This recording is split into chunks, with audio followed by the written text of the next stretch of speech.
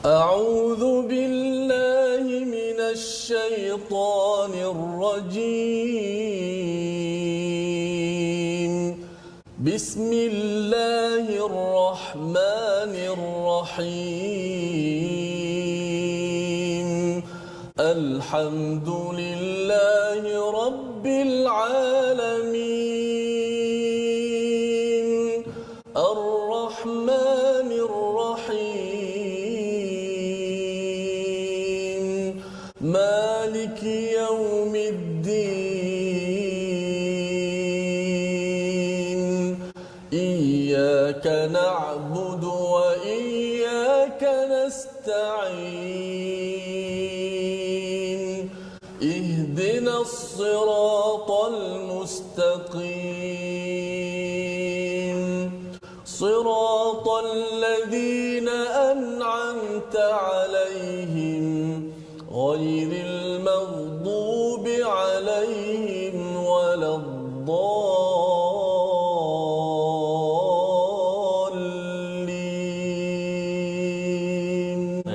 آمين. Alhamdulillah, kita syukur pada Allah Subhanahu Wa Taala, moga-moga diberi kekuatan untuk diteruskan. Kerana antara jalan untuk kita nak tadabbur al-Quran, kata para ulama, yang pertama sekali berzikir al-qiraatu as-sahihah. Maksudnya baca dulu al-Quran itu, bacalah dengan tajwid dengan baik. Mudah-mudahan dengan sebab itu Allah, sebab tu Ustaz Fazrul ni dia punya special sikit. Ustaz Faz di mana-mana program Ustaz Faz, kalau dia nak tadabbur, dia nak mesti ada qari baca dulu. Al-Quran tu dibaca dulu, disebarkan dulu. Kemudian lepas tu ditadabbur, kerana pasti ada rahsia-rahsia yang mungkin di salah satu sebabnya Ustaz ni, bila baca itu ya, kita zikir kepada Allah kan, dia menenangkan. Bila menenangkan tu, perasaan kita bersedia untuk Allah bagi lagi cara ilham kan, mesejnya itu nampak lebih jelas.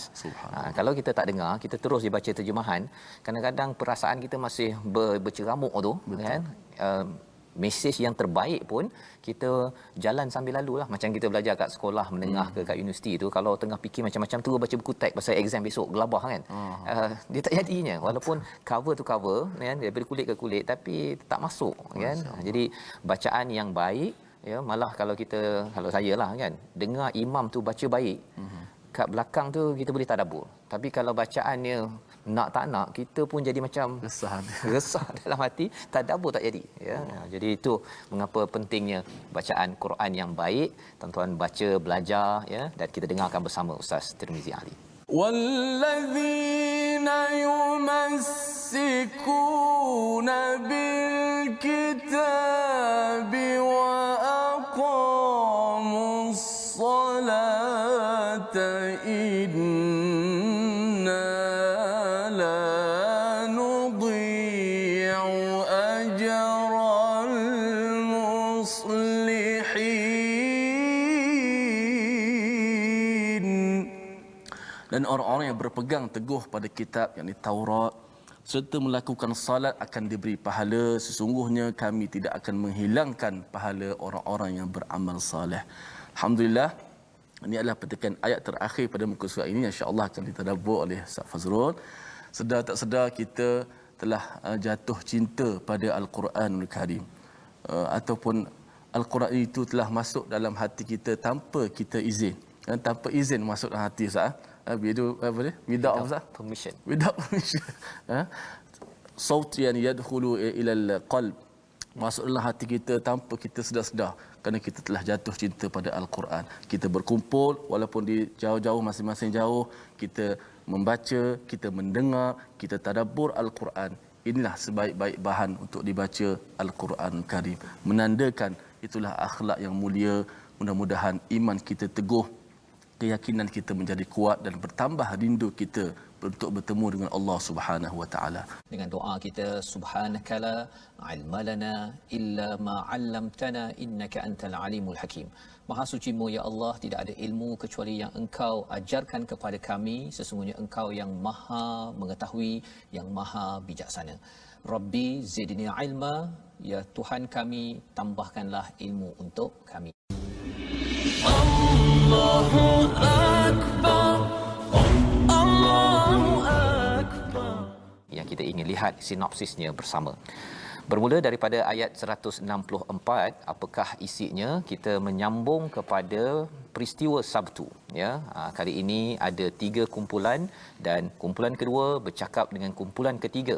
Siapa mereka? Kita akan baca daripada ayat 164 hingga ayat 166.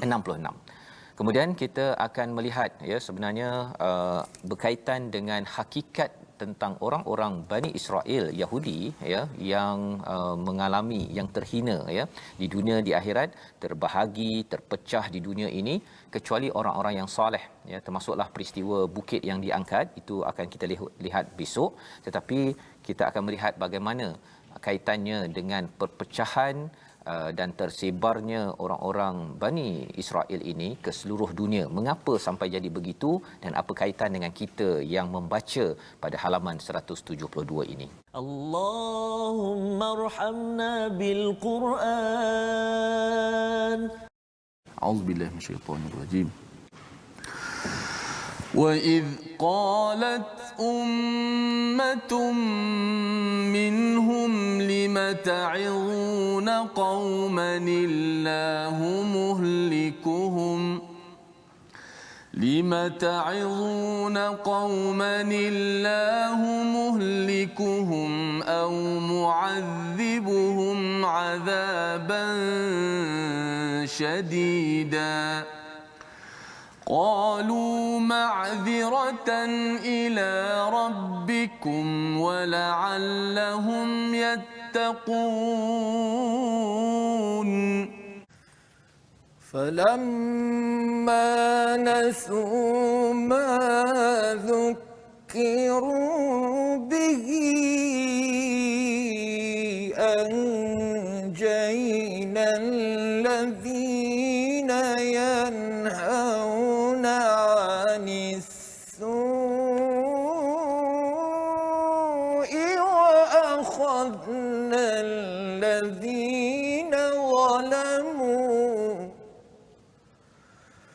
وأخذنا الذين ظلموا بعذاب بئيس بما كانوا يفسقون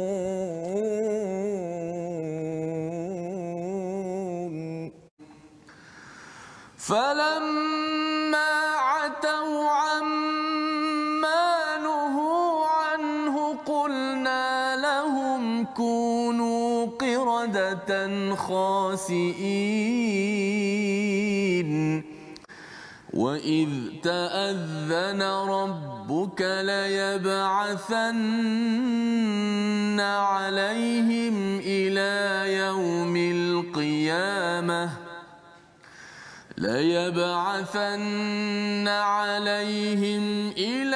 يوم القيامة من يسومهم سوء العذاب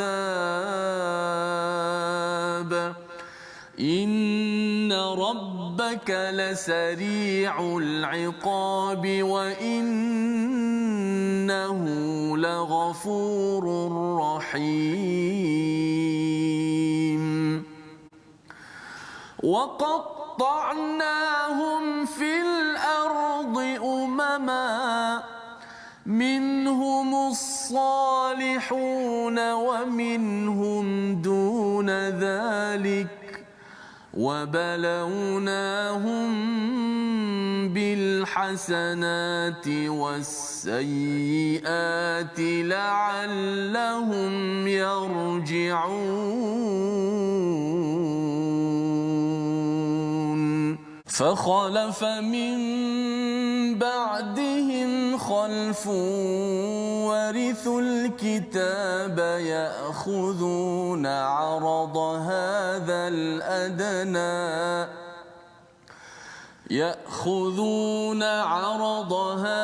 الأدنى ويقولون سيغفر لنا وإن يأتهم عرض مثله يأخذوه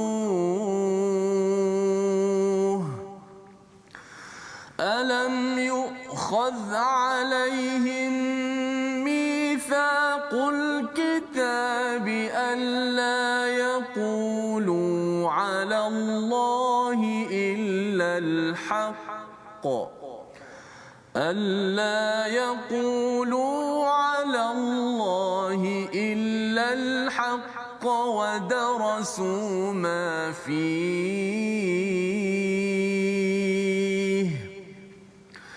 والدار الآخرة خير للذين يتقون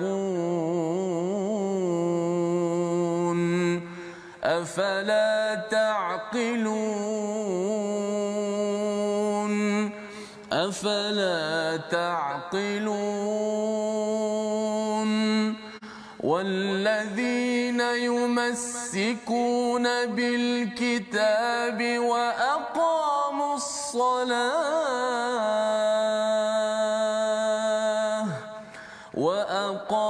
الصلاة إنا لا نضيع أجر المصلحين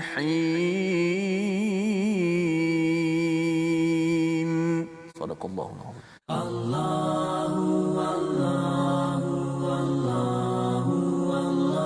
Membawa pada resolusi kita pada hari ini, sama-sama perhatikan.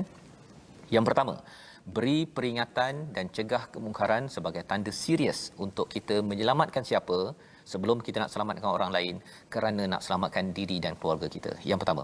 Yang kedua, sentiasa minta ampun kepada Allah biarpun ada azab yang akan melanda, kerana Allah sentiasa memberi peluang. Walaupun pada Bani Israel yang banyak buat perangai, Allah beri peluang.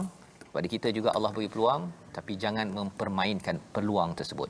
Yang ketiga, berjaga-jaga dengan ujian kebaikan dan keburukan dan segera kembali pada Allah dalam apa jua keadaan, kerana orang Yahudi diberi macam-macam, sebenarnya Allah masih lagi buka peluang, syaratnya sebelum nyawa ditarik oleh Allah Subhanahu Wa Taala. Allah, la ilaha illallah. Membawa kepada perkataan pilihan kita pada hari ini, iaitu perkataan wa'adha, iaitu nasihat ataupun peringatan. Ini berulang 25 dalam Al-Quran, 25 kali, dan salah satunya dalam ayat yang ke-164. Kita perlu memberi peringatan sesama kita, kerana kalau tidak dicegah kemungkaran, kita akan menjadi kumpulan kedua yang khawatir akhirnya akan diazab, akan dipecah-pecahkan, hancur kekuatan yang ada kepada umat Islam ini sendiri. Jadi ini formula untuk kita terus bersama tauhid dalam surah Al-A'raf. Astaghfirullah innallah kana tawwaba. Kita ambil sedikit ilmu tajwid. Hari ini praktikal huruf ikhfa pada huruf jim. Nun ataupun tanwin bertemu dengan huruf jim. Okey, seperti biasa, satu kalimah dan dua kalimah, bagi nun mati dan tanwin dalam dua kalimah. Kalimah pertama iaitu nun bertemu dengan jim, perkataan anjaynakum. Okey, nun mati bertemu dengan jim. Jim di mana makhrajnya? Kita belajar makhraj dahulu, awal-awal dahulu. Jim berada di tengah lidah. Okey, jim berada di tengah lidah. So di sini sebelum huruf nun tu adalah huruf hamzah, a. Selepas daripada kita menyebut a, kita pindah makhraj kita pergi dekat pada huruf jim tanpa menekan, min ghairi dhaghtin, tanpa kita tekan terus jim. Sebab kalau kita tekan jim rapat jim tu, jadi nun tu macam idgham pula masuk dalam jim. Tak boleh dia nun itu masih kekal di gunnah pada hidung. Adapun makhrajnya disembunyikan di sisi huruf jim. Bunyi begini. Anjaynakum.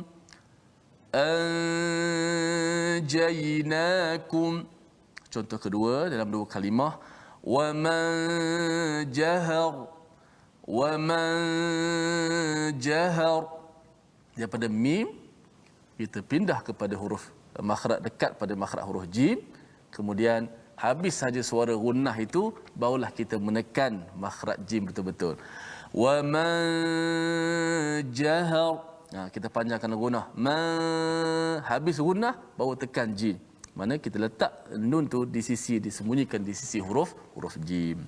Contoh tanwin pula yang terakhir, sa'idan juruza, sa'idan juruza, sa'idan juruza.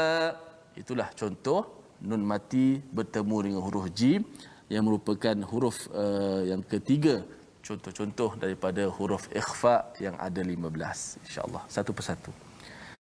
تبنا إلى الله ورجعنا إلى الله وندمنا على ما فعلنا يا الله والحمد لله رب العالمين